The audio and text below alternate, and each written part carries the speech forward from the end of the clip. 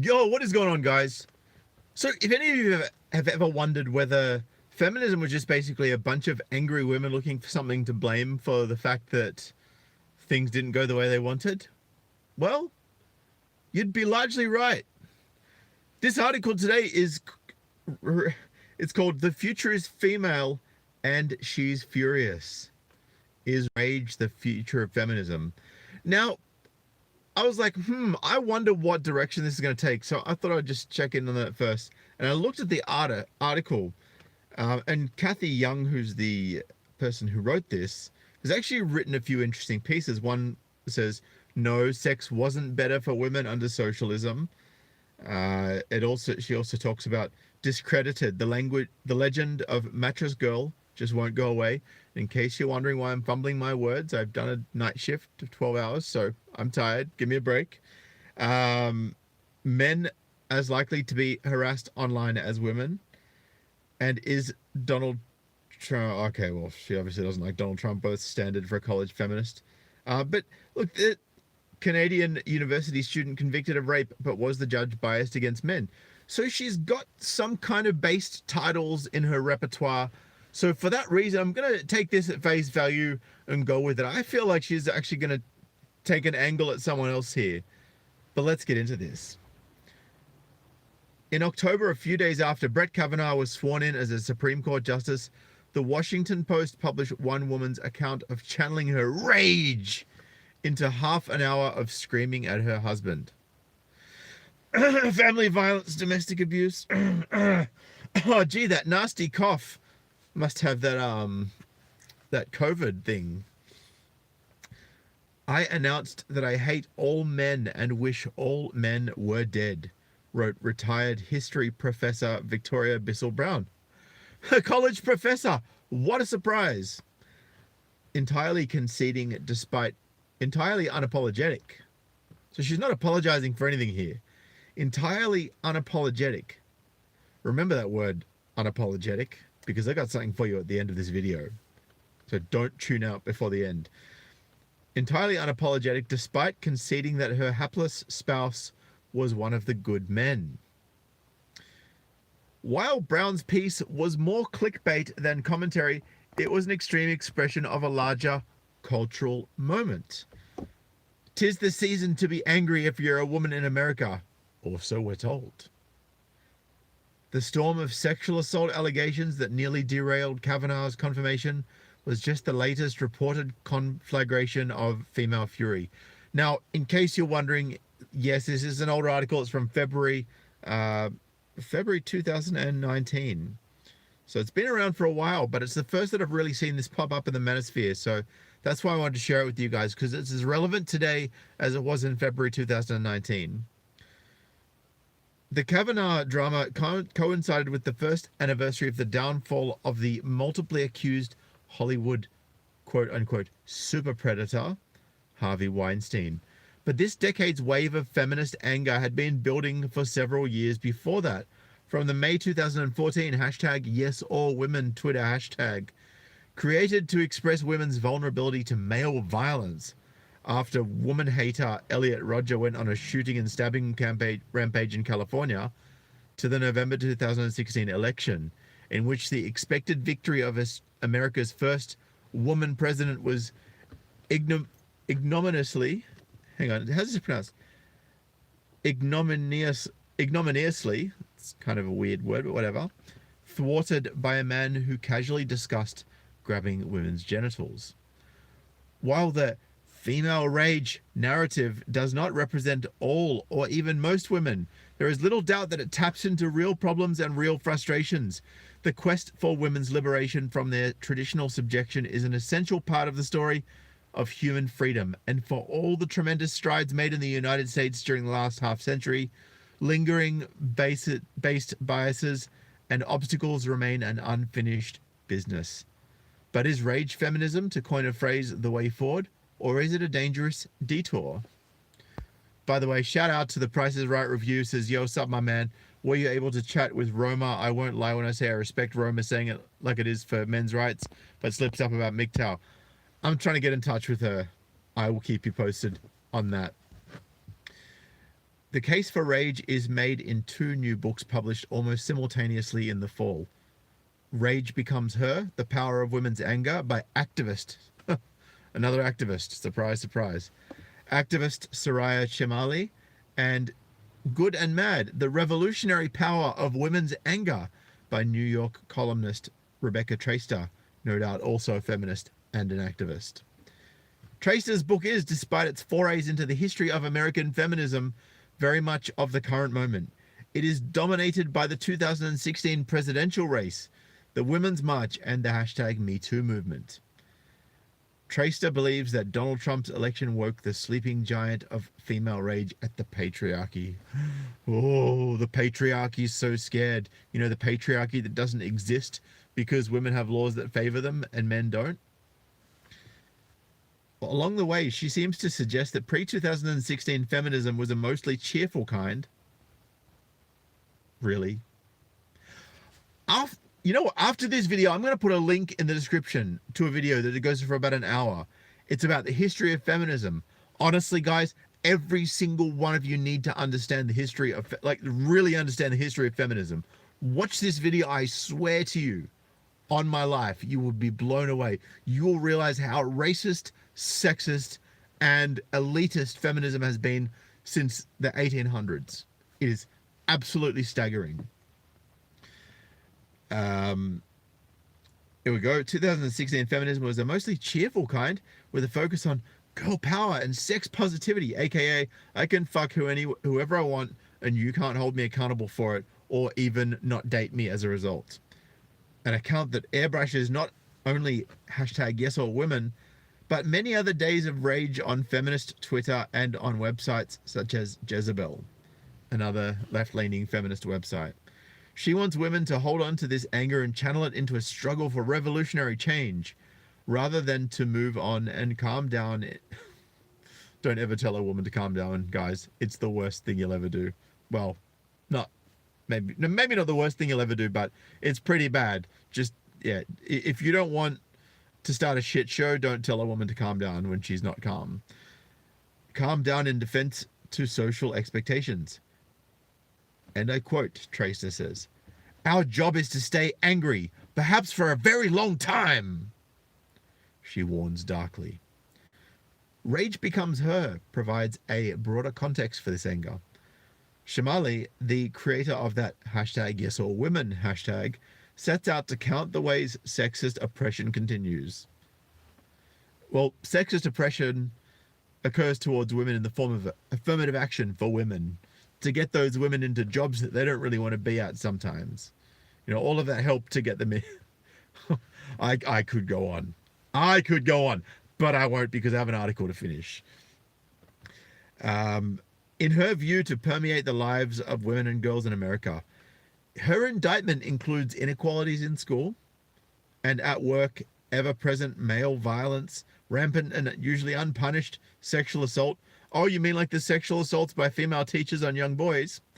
The sidelining of women in literature and film? You know, like the pedestalizing of Amber Heard in Aquaman 2, even though she's a proven abuser. You know, that kind of sidelining that doesn't happen. The male-centered sexual norms, subtle or overt hostility towards female power and ambition, and a variety of petty indignities. Yeah, hostility towards female power and ambition. Because, yeah, there's totally no hostility towards male ambition or power. No, not at all. Totally no animosity towards those privileged white males with all of that power, or at least they claim. And a variety of petty indignities, from mansplaining to catcalls to long bathroom lines. Well, maybe you should talk to your friends and tell them not to fucking powder their noses for half an hour while they talk shit about the guy who's waiting for them at the table to have dinner with them. And by the way, he's probably going to be paying for it. Chemaly sees women's long-suppressed anger as a necessary driver of change. The themes that preoccupy Traister and Chemaly are also explained in an earlier book, Down Girl, The Logic of Misogyny, by the Cornell philosopher Kate Mann. Philosophy at university. more feminist indoctrination. Philosophy, sociology, anthropology, psychology, all of the ologies. Feminist cancer. And has been widely hailed as a new feminist classic. Like Good and Mad, Girl Down views Trump's victory as the triumph of patriarchal backlash. Oh, you know all those patriarchal women that voted for him as well? Like Rage Becomes Her, it treats Rogers' massacre as a defining moment in American male-female relations. So, when a man gets massacred by a woman, that's cool. That's evening the score, yeah. Two wrongs don't make a right, cupcake. But man may not issue an explicit call for anger, but the logic of Down Girl is unmistakable. A deeply entrenched misogyny ruthlessly punishes women who refuse to defer to men, and female fury is a natural and salutary response. You can debate the extent to which gender inequalities in 21st century liberal democracy stem from present-day sexism, from cultural baggage from the past, or from personal choices and innate sex differences at an individual level. But does the gallery of horrors in the literature of feminist rage really reflect women's lives in today's America? In 1994, dissident feminist Christina Hoff Sommers published a controversial book, Who Stole Feminism?, that charged feminist activists and authors with using bogus facts and other myth information. It's like misinformation, but with a lisp. It's a very clever play on words there, Christina. To portray modern Western women as brutally oppressed. Much of this critique has held up, and as the new crop of feminist books show, has remained relevant. Indeed, one pseudo fact, debunked by Sommers and mostly retracted by its authors, school equity crusaders David Sadka and the late Myra Sadka, makes a comeback in Chamali's book, the claim that boys in class calls out answers 8 times as often as girls do, while girls who speak out of turn are usually rebuked. Bullshit, bullshit, bullshit. I don't know if anyone's been paying attention, but anyone who's got kids know that boys are marked down compared to girls for the same type of answers. They are given less opportunities in class, and it's all because the women who are now becoming teachers have been trained in feminist indoctrination, right? They have been told that women are oppressed and need extra help and lifting up, and that men are the oppressors and they don't need help because they're so privileged and they've already got the world at their feet, right? So these boys get left behind because they don't need the help, right? But women and men, when they're young kids, both need the help.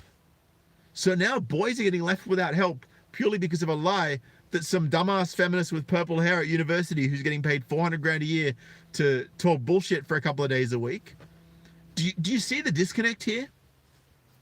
By the way, I just wanted to say, where are these super chats at? Because I just saw that number go up a little bit. Daniel Corica, thank you for your donation, brother. $5 says, have a beer on me. We have got JL says, here's 7, buy yourself a beer, better than Foster's. I will not buy a Foster's beer. Talbot Links with 20, man. Thank you very much for that. I appreciate that. There's a growing number of single mums in New England that are pissed at the feminist angle and now understand why women won't date them. They have sons. They are also too afraid to speak up with current politics. Stay cool, bro. Thank you, man. I appreciate that. And you know, that's absolutely correct, because a lot of women who have sons are starting to see what's going on, because it's not until they, even feminist women often, oh well, exception of Clementine Ford, clearly, maybe she'll work it out one day, maybe she won't, but even a lot of feminist mothers, when they become mums to boys, they start to realize what's going on. Over Easy Mode says, I'm a teacher too, can't stand female teachers. Don't blame you. Indeed, one pseudo-fact debunked by Sommers and mostly retracted by its authors, which means that they said it and then they got called out on it and they had to retract the bullshit they'd just spoken, which they wouldn't have retracted if they didn't get called out on it, by the way. School equity crusaders David Sadka and the late Myra make a comeback. The claim that boys in class call out answers 8 times as often as girls do, while girls who speak out of turn are usually rebuked. I just said that, didn't I? Sorry about that, guys. Man not only recycles that fictoid, as Summers calls it, but garbles it.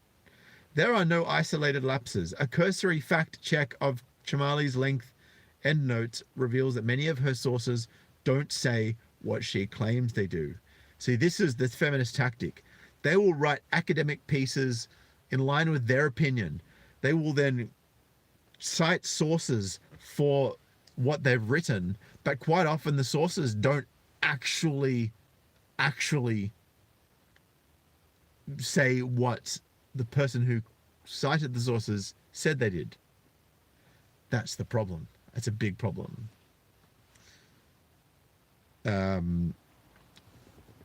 So yeah, and then when you got other feminists peer reviewing them, no one checks. They just let it all through, and that way you get the bastardization of academia through perpetuated lies, which are peer reviewed by other liars who perpetuate lies that are put out there by liars. Well, we've had 60 years at least doing this stuff in the universities. That's why some of this stuff is so cancerous now. So yeah, the claim that when women speak 30% of the time in mixed gender conversations, listeners think they dominate, for instance, is sourced to a 1990 study that shows only a slight tendency to overestimate the female portion of a male-female dialogue. Shamali's claim is apparently derived from a passing mention in the study of a 1979 article by Australian radical feminist scholar Dale Spender. The purported source for another alleged fact: domestic violence injures more American women annually than rapes, car accidents, and muggings combined, is a book appendix by journalist Philip Cook that debunks this very myth. Shamali's treatment of news stories is just as cavalier and irresponsible. For example, she claims that Michigan Circuit Court Judge Rosemary Aquilina was criticized for showing clear contempt towards former sports doctor and confessed sexual abuser Larry Nassar at his sentencing, supposedly due to deep unease with women passing judgment on men. In fact, Aquilina was widely praised as a champion for victims. The criticism had to do with her suggestion that Nassar deserved punishment by rape. I don't think anyone deserves punishment by rape, male or female. That's just my thoughts. Beyond the factoids, what is the bigger picture? Mann defines misogyny so broadly as a systemic bias that threatens women with hostile consequences for violating patriarchal norms, especially the expectation that women will be givers who tend to male needs, that any antagonism towards any woman for almost any reason can fit the label. So basically anything that upsets a woman is systemic bias and patriarchy. That's essentially what's being said there. According to Mann, misogyny is killing women and girls, literally and metaphorically.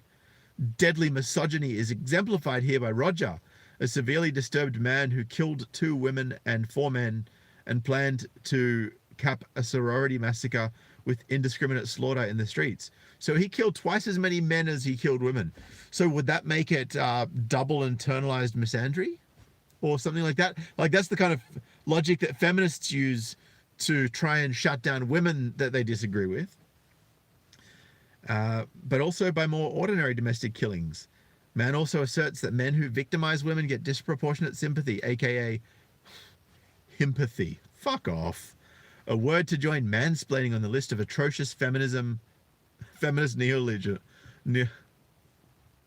neologisms. I haven't heard that word before, so maybe I didn't pronounce that right. Down Girl never grapples with issues that complicate its narrative, the ways men have been traditionally expected to give and sacrifice for others' needs in war and breadwinning. The fact that the primary victims of male violence are other males. The reality of domestic abuse in same-sex couples and intimate violence by women. The evidence that violent crimes with female victims tend to be punished more severely, while female perpetrators tend to be treated more leniently. Nor is Mann a particularly reliable narrator.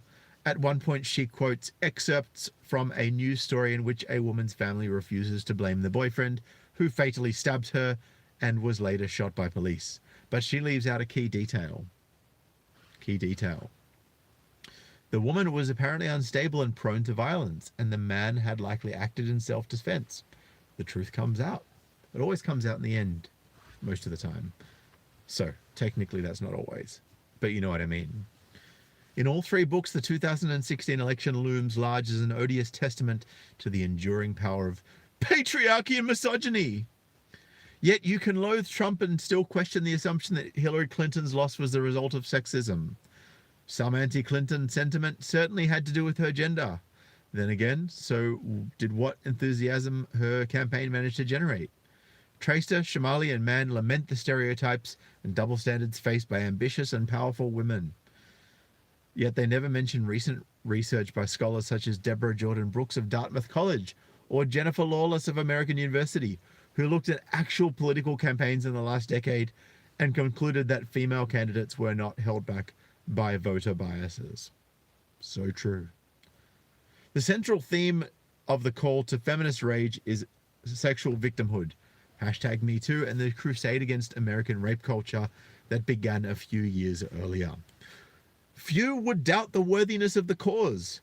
The scandals that followed Weinstein's exposure included story after story in which powerful men seemed to, not definitely did, but seemed to disregard, regard the women in their professional orbit as a personal harem, and which women's attempts to complain were deep-sixed. Many of these stories, backed by contemporaneous reports to colleagues, friends, or family, involved allegations of criminal conduct ranging from sexual assault to indecent exposure. Even critics of feminist sex panic, such as Summers and Northwest University film studies professor Laura Kipnis, were mostly on board with #MeToo. But from the start, the anti-patriarchal revolt has its own complications. For one, while revelations of male victims and eventually female abusers do not negate the claim that sexual harassment is linked to male power over women, these incidents do suggest that sexism is not the only reason high-status predators have had license to abuse. What's more, some career-killing accusations involving clumsy but non-coercive come-ons. Come on what? God. Awkward compliments, off-color jokes, or even vaguer offenses. Veteran National Public Radio host Leonard Lopate was fired over inappropriate comments such as telling a female producer working on a cookbook segment that avocado was derived from the Aztec word for testicle. No wonder girls love avocados. Vince Ingenito, former editor of the pop culture website IGN, was accused of harassing a female staffer and one-time friend by complimenting her looks, disparaging some men she dated, and once telling her that he wished he could go all night as he'd done at her age. When comedian Aziz Ansari, if you remember him, got #MeToo'd for being a jerk on a date, many supporters of the movement felt it had gone too far. But not Shamali. Not Shamali at all.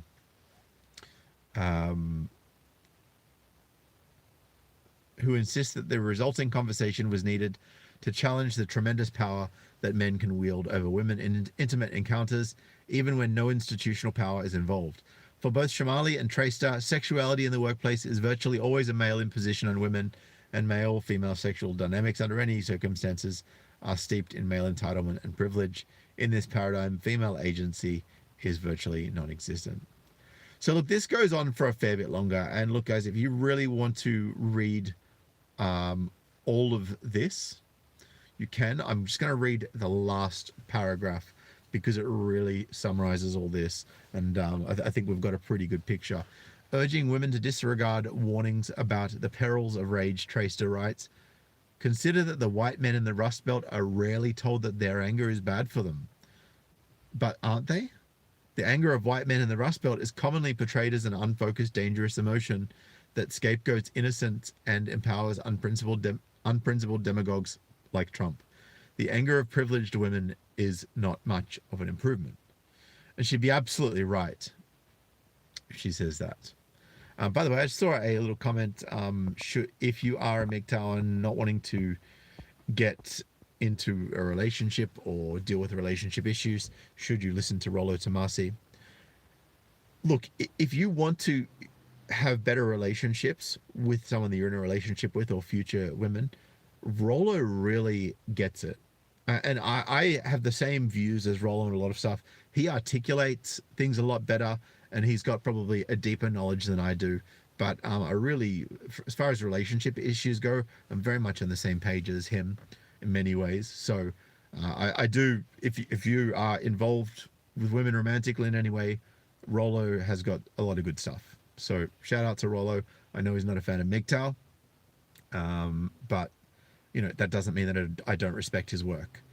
Anyway, so basically this whole article, to summarize, feminism, Kavanaugh is a problem, Trump is orange man bad, there's a bunch of feminist professors who have conflicting views to other feminist professors, feminism is lying about a lot of statistics, and there is more to patriarchy than just white male privilege. And in fact, I would argue that patriarchy doesn't exist in Australia anymore. But some people will disagree with me on that, depending on what your definition of patriarchy is. Fundamentally, you know, if you want to talk about a system of government, while in terms of actual numbers of top-level government, yes, it is still probably slightly overrepresented by men, but not by much. However, fundamentally, most of these men are feminists and act in the best interests of women and are beholden to feminist lobby groups. So it may as well be a matriarchy, because they pretty much chopped their balls off when they decided to capitulate to the feminist mob to begin with. Anyway, guys, what do you think? Do you think it's better to be a woman in America or worse to be a woman in America than it used to be? What do you think about the omission of facts and information by feminists to skew truths, quote unquote, that are being put out there into the ether and eaten up by the masses? I'd love to get your take on it. Please smash that thumbs up. If you'd like to donate, paypal.me/SydneyMGTOW, or you can support this channel by trying out Brave browser, sydneymgtow.com/brave. It is basically Chrome browser with the fat trimmed and a lot less privacy intrusions. I have it on all my devices, including the one that I'm recording on right now, including this, including my laptop, and including my desktop. Yes, I have a lot of devices. I've been collecting technology for a while. But yeah, I really like it as a browser, and I find it very helpful. So check it out if you like, and that will help to support this channel. Anyway, guys, I'm out of here for now. It's so good to see you back here. Oh, hang on. Do you guys remember what I mentioned at the start of this video? The word unapologetic, and I told you to hang on till the end. I almost didn't keep to my promise there. I have started a new podcast. Now, this is not around men going their own way, but it's around a broader discussion about topics in the world. I know a while back I did a survey on my community tab. You guys said you'd like to see more current affairs and topical stuff. So go and check out. I'm on Spotify. I'm on Anchor.fm. I am on Google Podcasts. I'm on Breaker. I'm on basically all of the podcast platforms, with the exception of Google Podcasts, which I'll be on very shortly. I'm just hanging out for that to drop. The name is Unapologetic Aussie. You will see that name clearly, and you will see the image of this bad boy beard with some cool lighting effects. Go check it out. Subscribe. Make sure to keep your eyes and ears peeled for some episodes coming out in the next week or so. I'm really looking forward to sharing some very eye-opening and cool stuff with you guys. So yeah, look forward to sharing my podcast with you. So let's keep this channel and that one segregated, because you know I've got a lot to say that needs to be heard, and I definitely don't want to be censored unnecessarily, because it would certainly be a waste of a really good platform if that were to be the case. All right, guys, I'm out of here. I appreciate you all. Like I said, if you want to donate, PayPal, if you want to support Brave, we've got crypto as well. Please smash the thumbs up, share this video, comment, get the engagement up, and I'll catch you in the next video. Appreciate you all, man. Peace.